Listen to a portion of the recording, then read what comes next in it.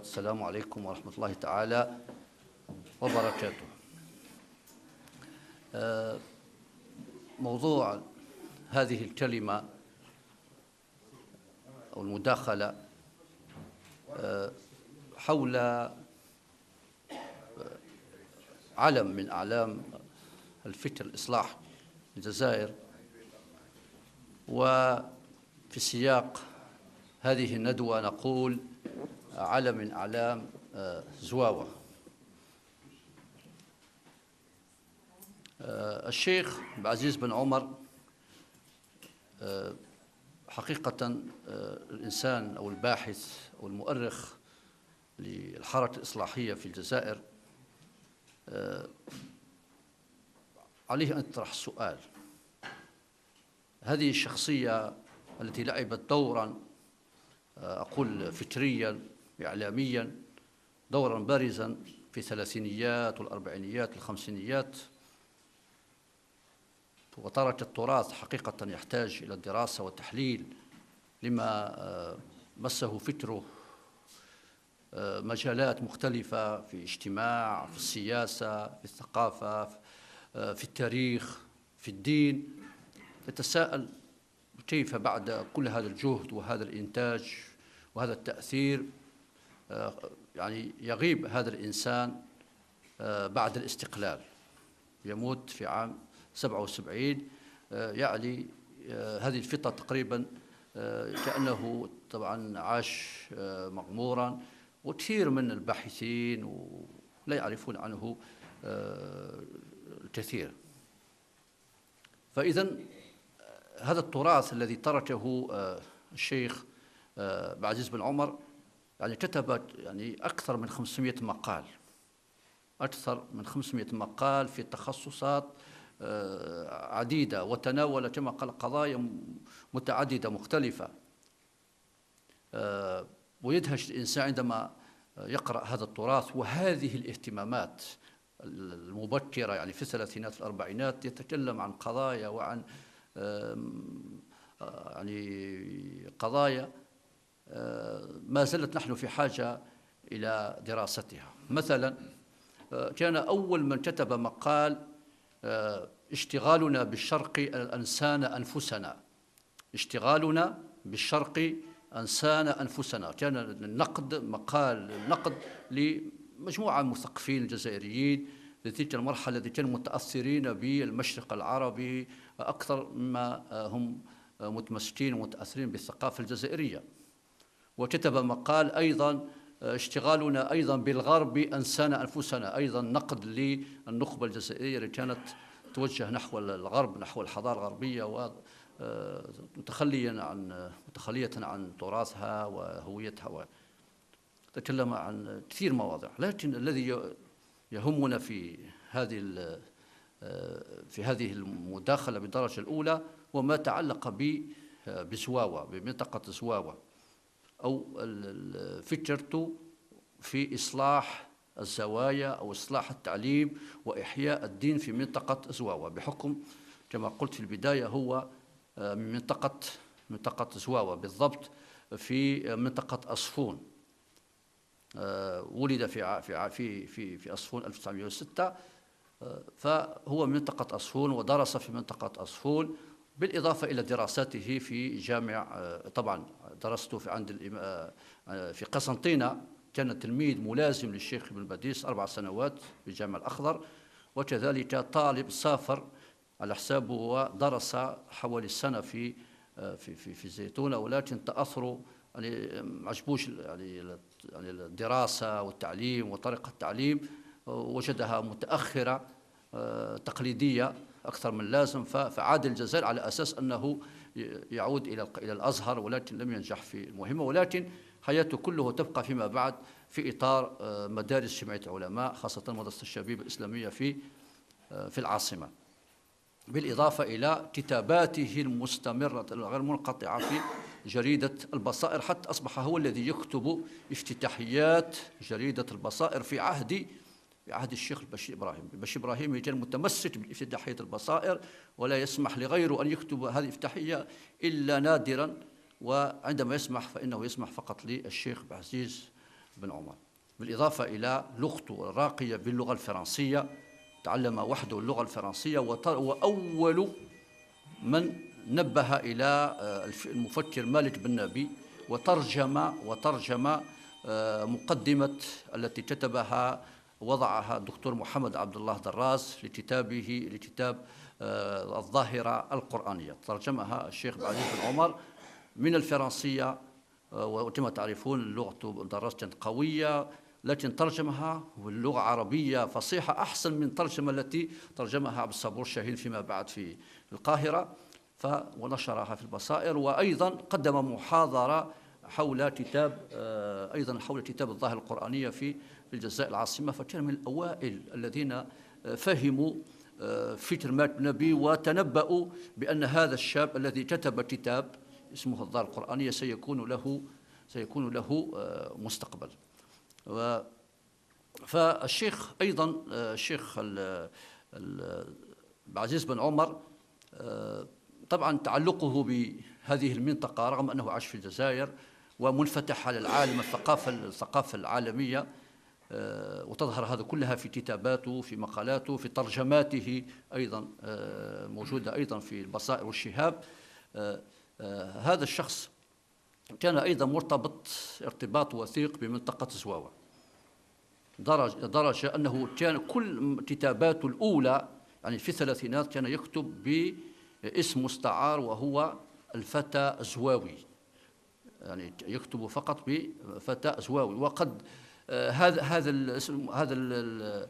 هذا الاسم مستعار زواوي أثار طبعا إن صح التعبير تساؤل من أحد أيضا الرموز الحركة الإصلاحية، وهو الشيخ حمزة بكوشة، الذي كتب مقال قال لماذا تكتب، يعني لماذا ترى ابن باديس ترك هذا الشاب أن يكتب الفتى الزواوي، فهذه نعرة انتماء عنصري وكذا. فالشيخ عبد العزيز بن عمر رد عليه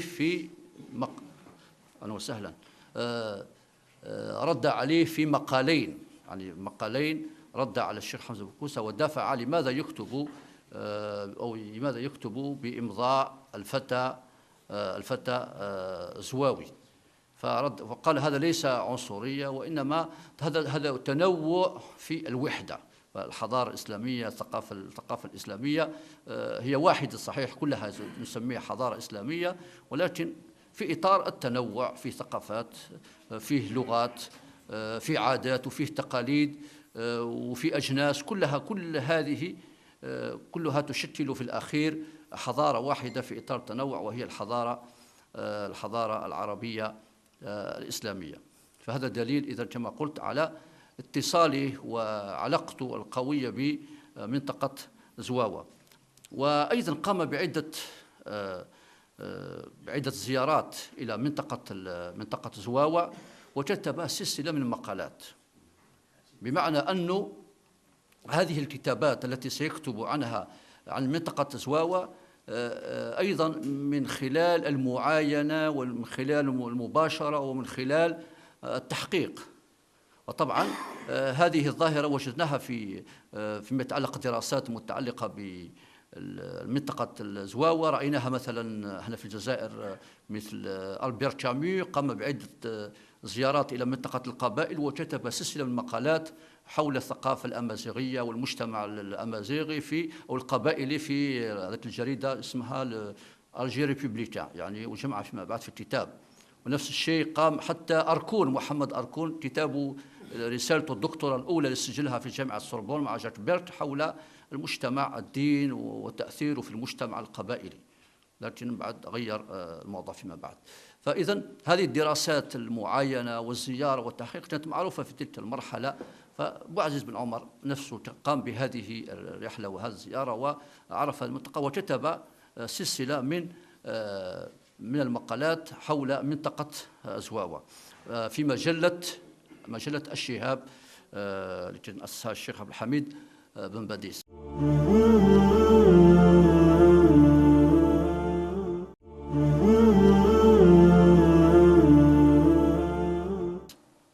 طبعا في هذه الكتابات حول منطقة زواوة بالدرجة الأولى زار الزوايا وما أكثرها في منطقة القبائل، ووصف لنا حال هذه الزوايا، ماذا كانوا يدرسون، ما هي حياتهم الاجتماعية خاصة للطلبة. وطبعا وقدم، وهذا هو الأساس، قدم انتقادات لهذه الزوايا، لهذه الممارسات، خاصة الشعوذة والخرافات التي كانت موجودة في بعض الزوايا في منطقة زواوة. فانتقد هذه الممارسة، وأيضا انتقد طريقة التعليم، وأيضا يعني والحياة الاجتماعية للطلبة، بحيث أن الطلبة ومعروف موجود حتى الآن، يعني الطلبة الذين يدرسون في الزوايا يعني يبقوا منغلقين على أنفسهم في الزوايا، خاصة إذا كانت الزاوية بعيدة عن القرية، ولا أتحدث عن المدينة، هذا شيء آخر، يعني بعيدين عن القرية فيعيشون فيما بينهم. فأراد يعني الشيخ انتقد هذه ويشتغلون بالزراعة، ويشتغلون بأمور كثيرة. فقال أن الأحسن أن هؤلاء الطلبة يخرجون من هذه، عندما يتمون دراستهم يخرجون من هذه المعاهد أو من هذه الزوايا.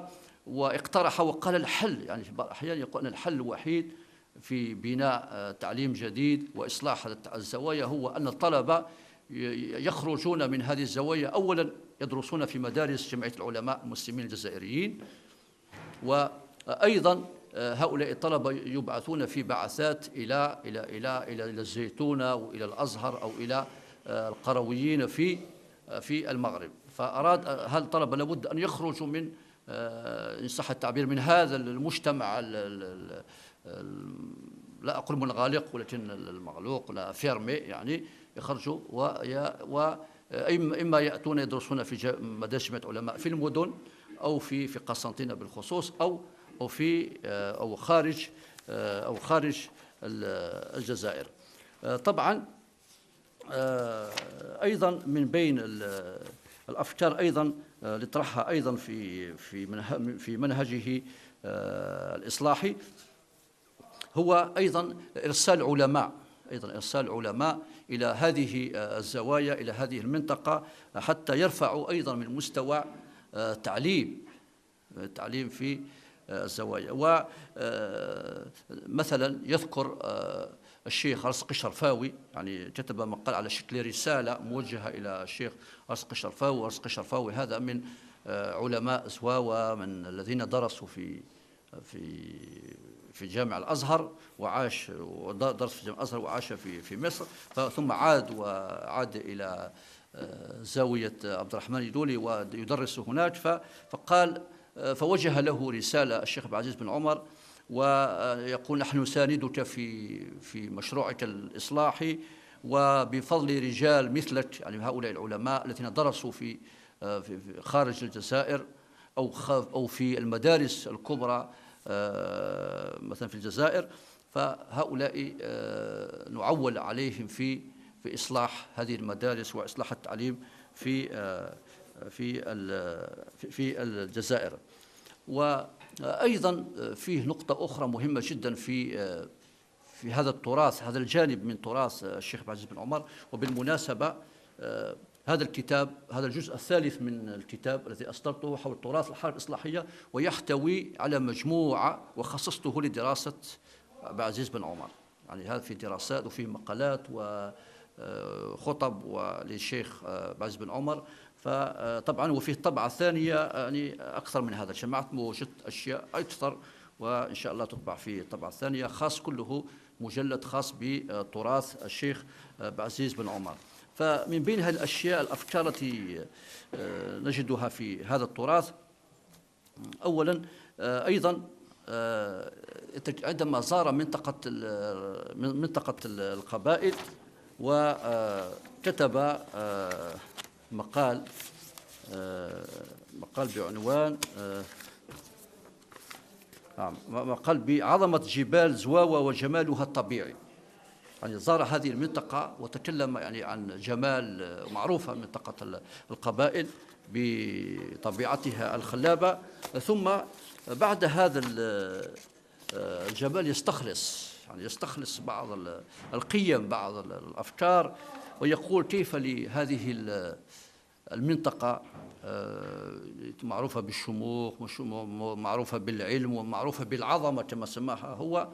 الآن نجد هذا الآن الخمول، يعني في تلك الفترة في الثلاثينيات هناك خمول، وهو نفس السؤال يعني ممكن نطرحه. ونحن سمعنا من قبل يعني مجموعة من قائمة كبيرة من العلماء، ثم نجد نوع من الفراغ في تلك المرحلة، فيتساءل فقال أنتم، يعني طبعا موجه الكلام إلى الشباب في تلك المرحلة، فيقول كأنه يقول لهم أنتم لستم خلفا صالحا لهؤلاء العظماء الذين كما رأينا في علماء في القراءات، علماء في النحو، علماء في التاريخ، لكن أين إرث كل هؤلاء؟